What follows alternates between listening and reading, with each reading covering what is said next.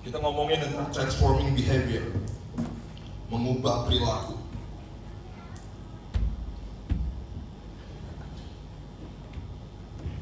Banyak orang yang kelihatan baik, tapi sesungguhnya enggak juga kan. Ada orang yang jujur, cukup jujur dengan kepribadiannya yang buruk. Kita bilang nggak ada seorang manusia pun yang baik. Kelihatan baik belum tentu baik. Setuju nggak? Ada orang-orang di zaman saya yang perilakunya buruk. Kita nggak tahan perilaku kita buruk. Kita tunjukin kalau kita memang the bad guys, bad people. Kita pakai anting, kita kapokan, kita gondrong and stuff. Kita nggak sembunyikan jati diri kita, who we are. We are the bad people. Kami bisa bunuh kamu kalau perlu. Tapi ada orang-orang tertentu yang nggak kayak gitu, ya. Behavior mereka sangat jelek, tapi mereka tampilkan something yang baik.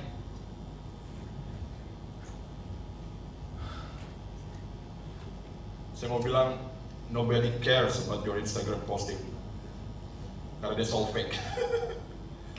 Kita hidup di dunia yang mesti tunjukin yang baik, dan itu melelahkan banget.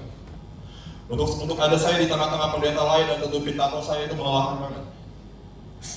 Sorry. Tengah-tengah pendeta yang older pastor dan saya di tengah-tengah dan saya punya banyak tato dan tutupin tato saya dengan itu melelahkan banget. That's tiring. Buat saya, kalau buat kamu nggak tahu.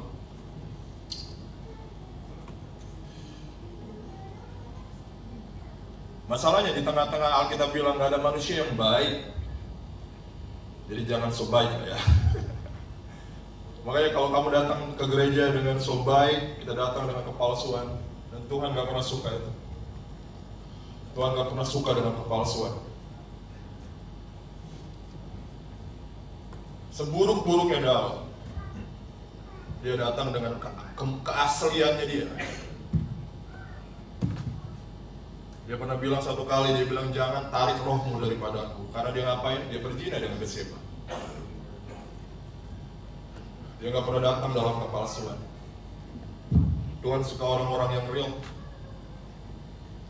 Tapi bukan berarti, wah kalau gitu mulai sekarang kita tunjukkan keburukan kita.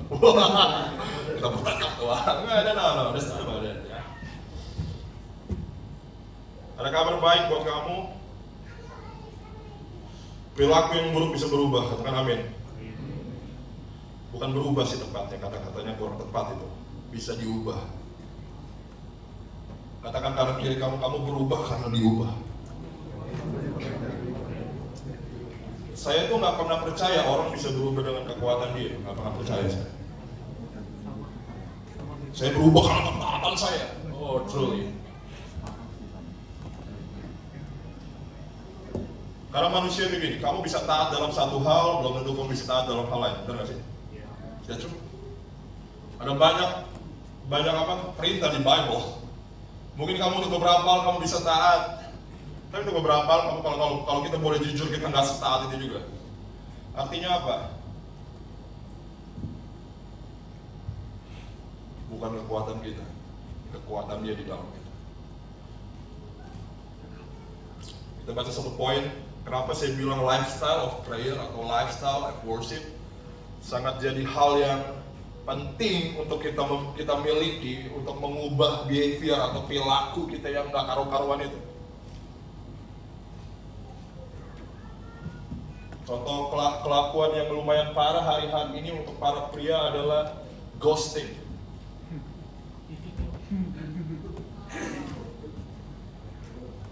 Kamu tahu ghosting?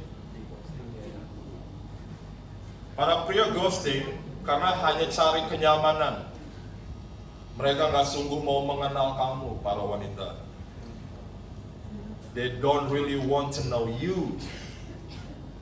Mereka hanya ingin cari something yang memberi kenyamanan bagi mereka. Lagi mereka nggak temukan itu, they will leave you. Ada amin. Dan buat saya itu bad behavior.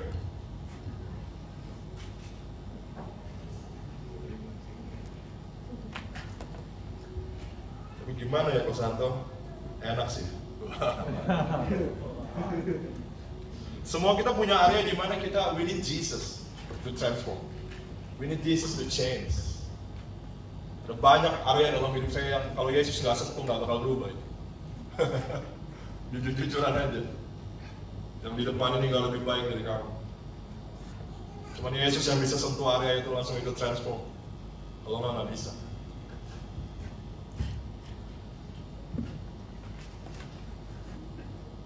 Suka minum, suka merokok, suka berantem. Kalau bukan Yesus yang touching nggak bisa berubah itu. Nggak bisa. Kamu lihat saya dulu di jalan, saya pukul. Lihat saya lebih dari 5 detik saya samperin nggak?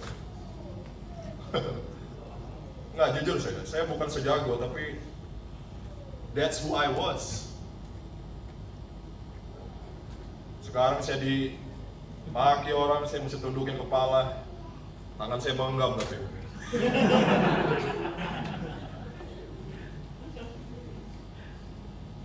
Tapi yang bisa buat itu, walaupun tangan saya mengenggam, cuma Yesus. Kalau itu nggak disentuh sama Yesus, nggak bisa. Ada amin?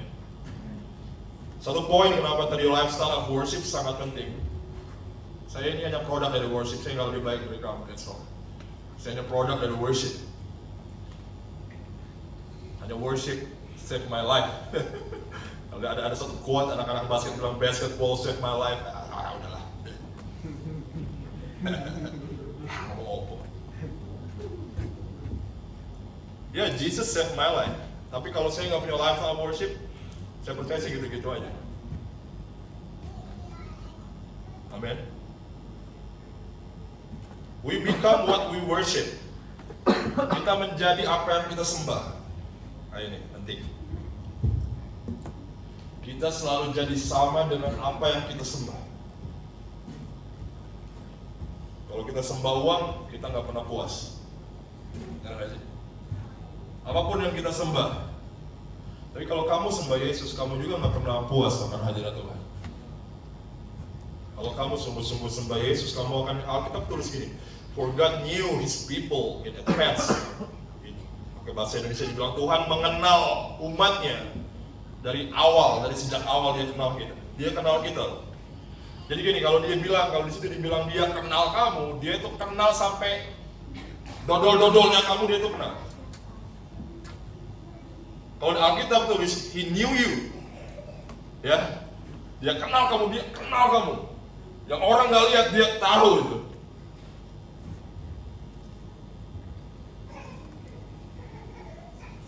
Tapi Alkitab bilang gini, and He chose them. Dan mereka memilih orang-orang dodol itu. Dibilang He chose them. Ya, sebaik apapun kita bisa sembunyikan keburukan kita, Dia lihat, tapi tetap Dia pilih kita untuk apa? To become like His Son. Wow.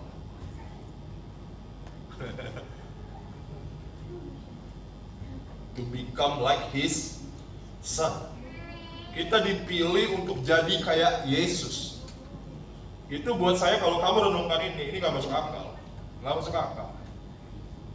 Ya, nggak usah bilang gini, mama kamu, papa kamu yang tahu kamu lah ya, dari orok gitu, kelakuan kamu yang rada menyimpang itu, yang dia tahu semua tentang kelakuan kamu. Kamu nggak usah ngomong saya mau jadi ke Yesus, nggak usah ngomongnya gitu-gitu. Papa, kamu ngomong saya mau jadi presiden, papa kamu udah lagi lah. Karena dia kenal kamu, nggak mungkin dia percaya itu, nggak mungkin.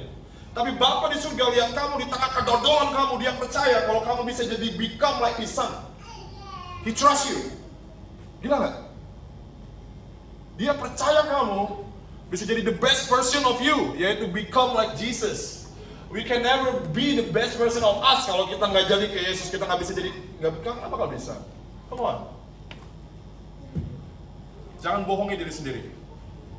Kalau kamu mau jadi the best version of you, kita harus belajar to be like Jesus.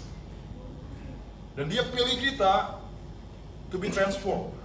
Kalau ngomongin kayak Yesus itu nggak ngomong tiba-tiba berewokan kayak Joe terus rambutnya gondrong langsung kita kayak Yesus. Itu bukan itu ya. Become like Jesus itu tentang lifestyle.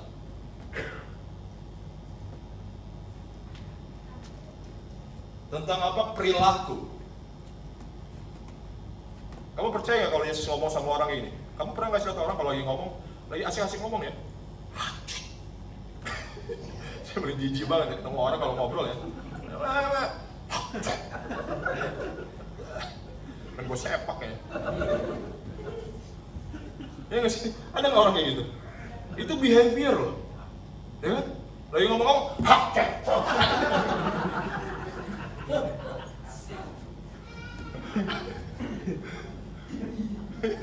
pernah gak ketemu orang kayak gitu? Hah? Gue dulu di lapangan sering banget ketemu orang kayak gitu lagi gue ngantor. Aduh aneh-aneh banget orang-orang ini. Aneh. Itu behavior ya. Jadi Yesus nggak mungkin lakuin itu kan?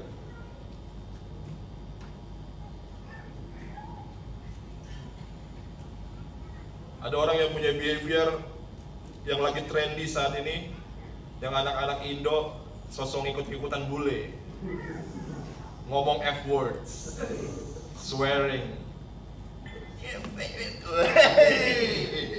Gaya lu tong, masih makan nasi uduk juga. Sosok F word, masih makan lontong lu tiap pagi, udah lagi. Aish, gayo. Ya kan? Orang-orang Indonesia sosok pakai F words kan, woi. Gue sepak gitu orang. Itu jadi behavior. Masalahnya mengubah behavior nggak semudah itu, Ferguson. Ya, ngubah kebiasaan kita nggak gampang. Dan kita selalu jadi sama dengan apa yang kita sembah. Saya selalu percaya worship adalah akar dari perubahan hidup.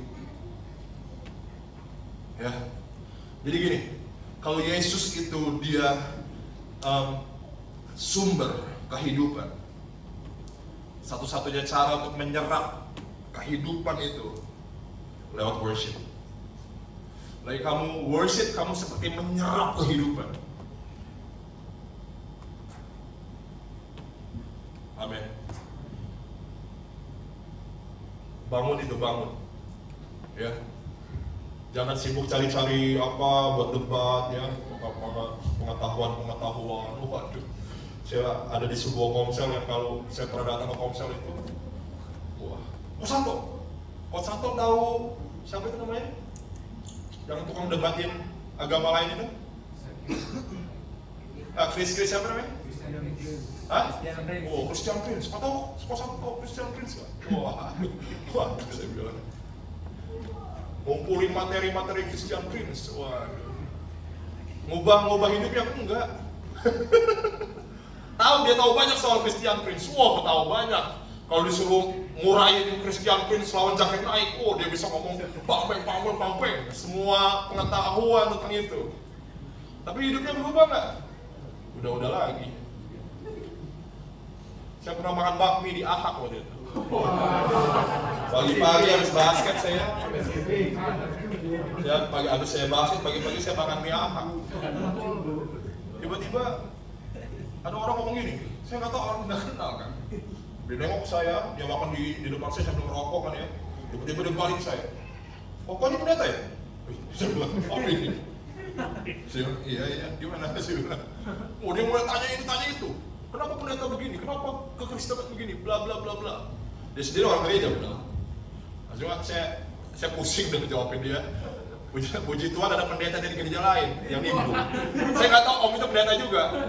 Dia Om itu kayak ngebantuin saya gitu kan. Terus Om itu nanya saya, kamu pendeta ya? Iya. Oh, pendeta juga ya? Iya, saya pendeta juga. Ya udah, akhirnya Om itu yang ngobrol, saya pulang.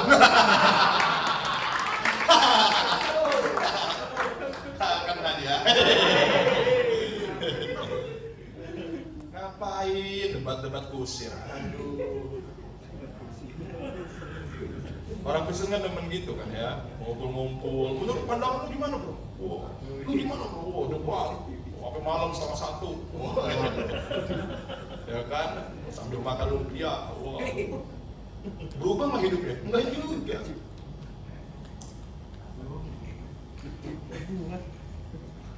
Tapi lagi kita worship, lagi kita punya lifestyle of worship, we are changing. Mungkin nggak langsung. Ada orang yang berubahnya cepat, ada orang yang berubahnya double. Tapi santai, masih berubah. Amin. Sedampak-dampaknya kamu, kalau kamu punya lifestyle of worship, saya percaya kalau kamu masih ngerokok sekarang atau kamu masih suka minum, whatever that is, slow aja bos. Bangun lifestyle of worship. Tiba-tiba kamu bisa ngomong gini ya, ngapain gue minum-minum ini, kate gawe. Kesadarannya dari hati loh. Nggak ada yang marahin kamu, nggak ada. Gitu tau gak? Kamu ngerasa ini nggak bener aja, kayak nggak cocok aja sama diri gue. Pernah ngerasain itu nggak sih? Lagi kamu di titik itu, gampang banget buat lepasin minum, lepasin rokok itu kayak ini bukan hal yang penting lagi. Karena gini, lagi kamu belajar worship, ya. Yang berubah pertama adalah priority hidup kamu. Listen to this. Lagi kamu belajar worship, prioritinya shifting. Yang dulu kamu ngerasa kamu nggak bisa hidup tanpa rokok, tiba-tiba shifting. Berubah dia.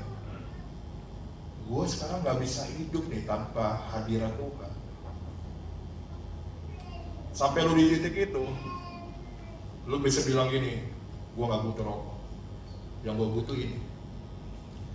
Karena cara kerja Tuhan tuh gini, cara kerja Tuhan ubah lu ya. Dia selalu tawarkan yang lebih baik dari apa yang lu pikir nikmat. Narkoba enak ya, tapi hadirat Tuhan ternyata lebih enak dari itu. Gue dulu suka teler, hampir tiap hari gue teler. Ternyata hadirat Tuhan lebih enak dari teler. Gue gak bohong. Lagi sampai di titik itu ya, lepasin teler gampang bener. Ada yang lebih enak loh, bener gak sih?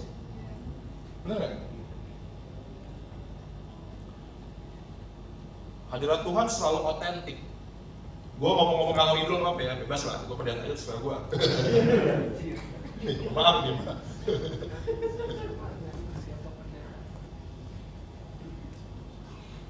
Gue dulu main basket, gue suka basket.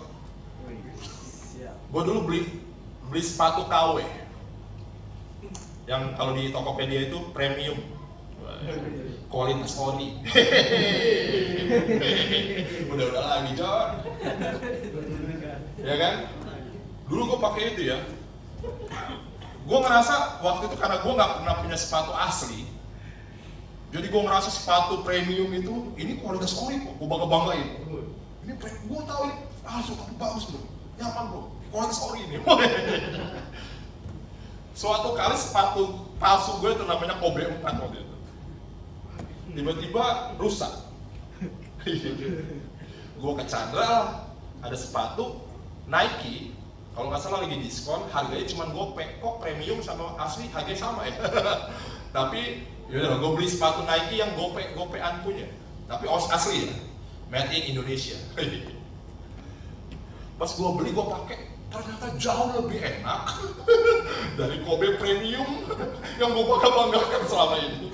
Dalam hati gue, padahal ini sepatu asli yang harganya cuma gope ya. Gimana kalau sepatu asli yang harganya 1 juta, apa sepatu asli yang harganya 2 juta? Sepatu Kobe 4 KW itu gak ada apa-apanya cuy. Semenjak itu, gue anti di KW. Maksudnya gini, gue tahu the better quality. Betul gak sih? Gila jauh banget ini. Hadirat Tuhan tuh cara kerjanya gitu. Lagi lu ketemu something yang otentik, ya. Semua yang semu itu gak berarti. Lagi lu ketemu hadirat Tuhan, ternyata apapun itu, ya, gak lebih baik dari hadirat Tuhan. We become what we worship. Oke, terus vision. Nah ini. Yang pertama worship, yang kedua untuk mengubah behavior. Itu visi. Katakan visi. Alkitab tulis gini ya, pakai bahasa Inggris. Sekarang saya nggak ketemu pakai bahasa Indonesia yang bagus. Memang saya juga dari Amik juga, jadi wajar lah ya, saya mau pakai bahasa Indonesia. Where there is no prophetic vision, the people cast off restraint. But blessed is who keeps the law.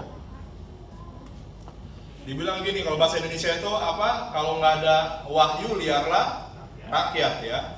Gitu. Di sini dibilang where there is no prophetic vision.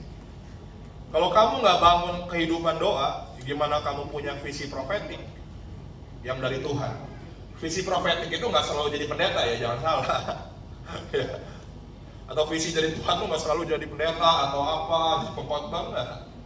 Something yang gini, visi profetik ini kalau gue jelasin. Tuhan kasih tahu lo sesuatu tujuan untuk apa lo diciptakan. Tahu nggak sih? Bangku aja diciptain punya tujuan, benar nggak? Bangku diciptain buat mandi, ngawur, bukan buat mandi. Ya. Hidup kita sia-sia karena kita berjalan di luar tujuan yang memang Tuhan udah rancang. Atau desain aslinya kita diciptain itu buat apa? Nggak semua orang diciptain jadi pendeta kayak gua, nggak semua. Ya. Ada orang yang diciptain untuk terjun di dunia bisnis. Ada orang yang didesain untuk ada di dunia musik, kayak Rudy. Ada orang, semua orang punya desain and vision masing-masing. Dan itu prophetic. Kalau kita bilang kalau nggak ada wahyu, liarlah ya. Saya mau bilang begini, setelah worship, kita harus punya prophetic vision. Atau menemukan tujuan dari apa kita diciptakan. Lagi kita ketemu itu ya, ketemu tujuan, hidup kita itu shifting loh. Setuju nggak? Ya. Oke, saya kasih contoh. Ini kehidupan saya jadi seminggu belakangan, seminggu lebih lah. Jadi sebulan ini kan kita buat basketan sama Ishak. Basketan hari Senin. Saya ngomongin olahraga terus ya, saya suka olahraga soalnya. Basketan hari Senin itu, saya biasa main sama orang-orang yang seumur saya hari Minggu pagi. Ya. Tiba-tiba main sama umuran Ishak. Yang bedanya kurang lebih umurnya 10-15 tahun, 10 tahun lah dari saya.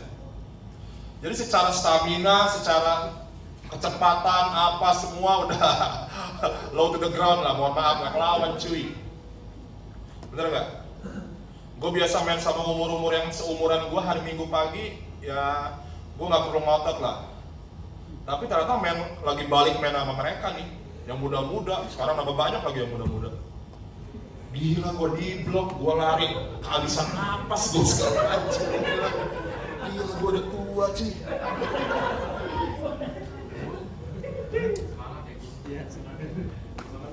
Akhirnya, tapi itu mengobarkan mamba mentality di dalam gue.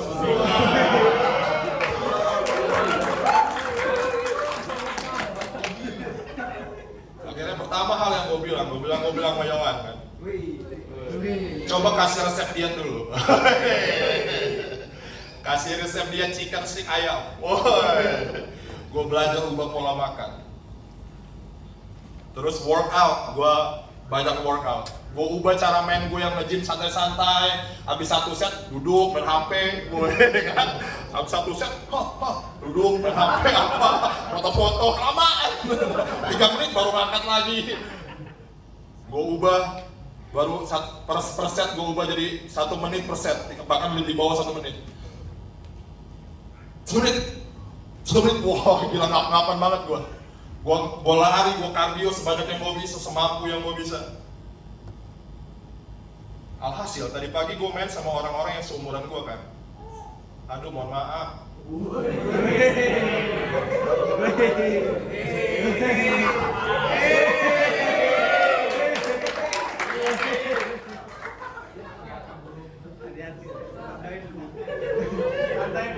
Gampang banget, susah.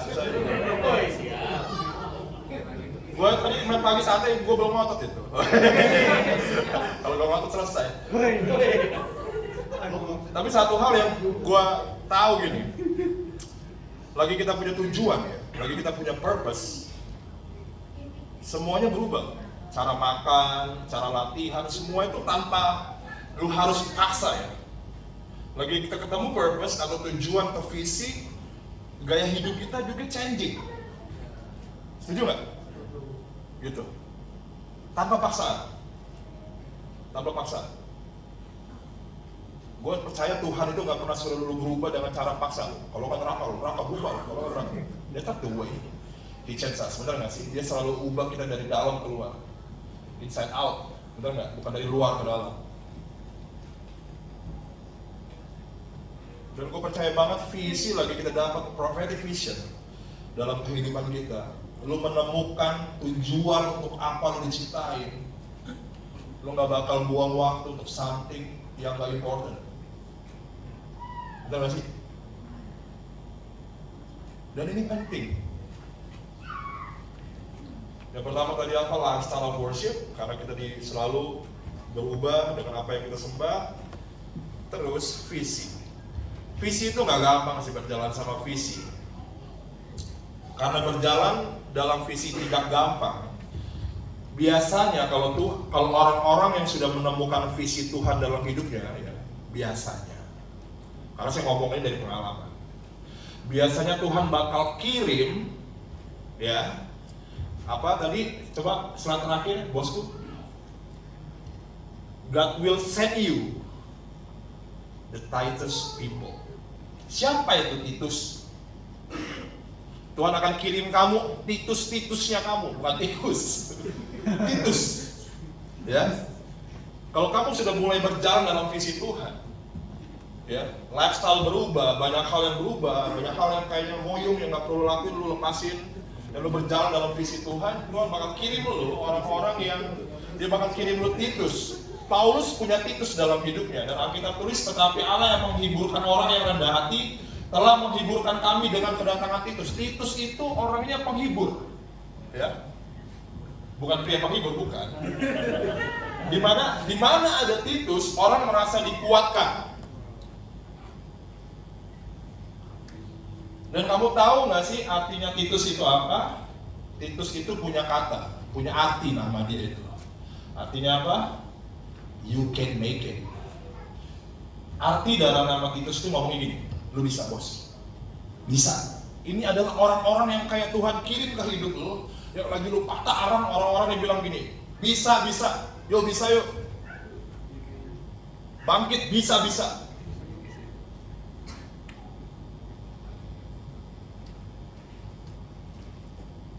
Lagi kapal mulai oleng, kapten, Tuhan kirim Titus yang bilang gini, no, bangkit bro, lu bisa.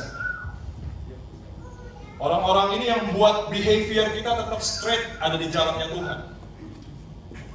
Karena kita surrounded by our Titus, orang-orang yang Tuhan kirim untuk terus buat kita stick to the plan,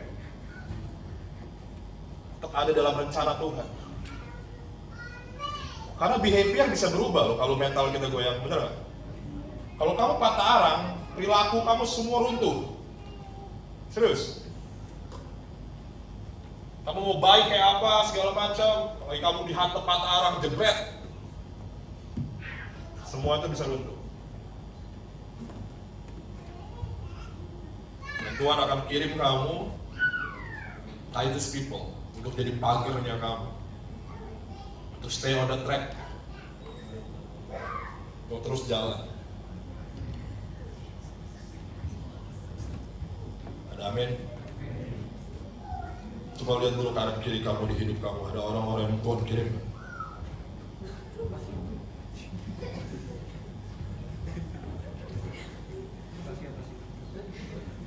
Makanya kalau kamu sudah berjalan dalam tujuan Tuhan ya, gak usah khawatir soal jodoh-menjodoh. Enggak, gue kebiasaan itu mah bakal datang sendiri. Dan datangnya gak 1, 5 datangnya. Oh, it's kidding. No. It's wrong. Itu bercanda. Karena Tuhan gak bakal, karena gini lagi, Tuhan ciptain Adam, bener gak sih? Dan Tuhan kasih tujuan ke Adam, tujuan lu di sini ngapain? Usahakan taman Eden. Lalu Tuhan mikir, gak baik dia sendiri yang kirim orang, itu Hawa. Ya saya nggak mau komen jodoh nggak. Tapi intinya, lagi kamu dapatin visi Tuhan, dia akan kirim kamu orang-orang yang terus jaga kamu untuk stay on the track. Bagi berdiri, come on.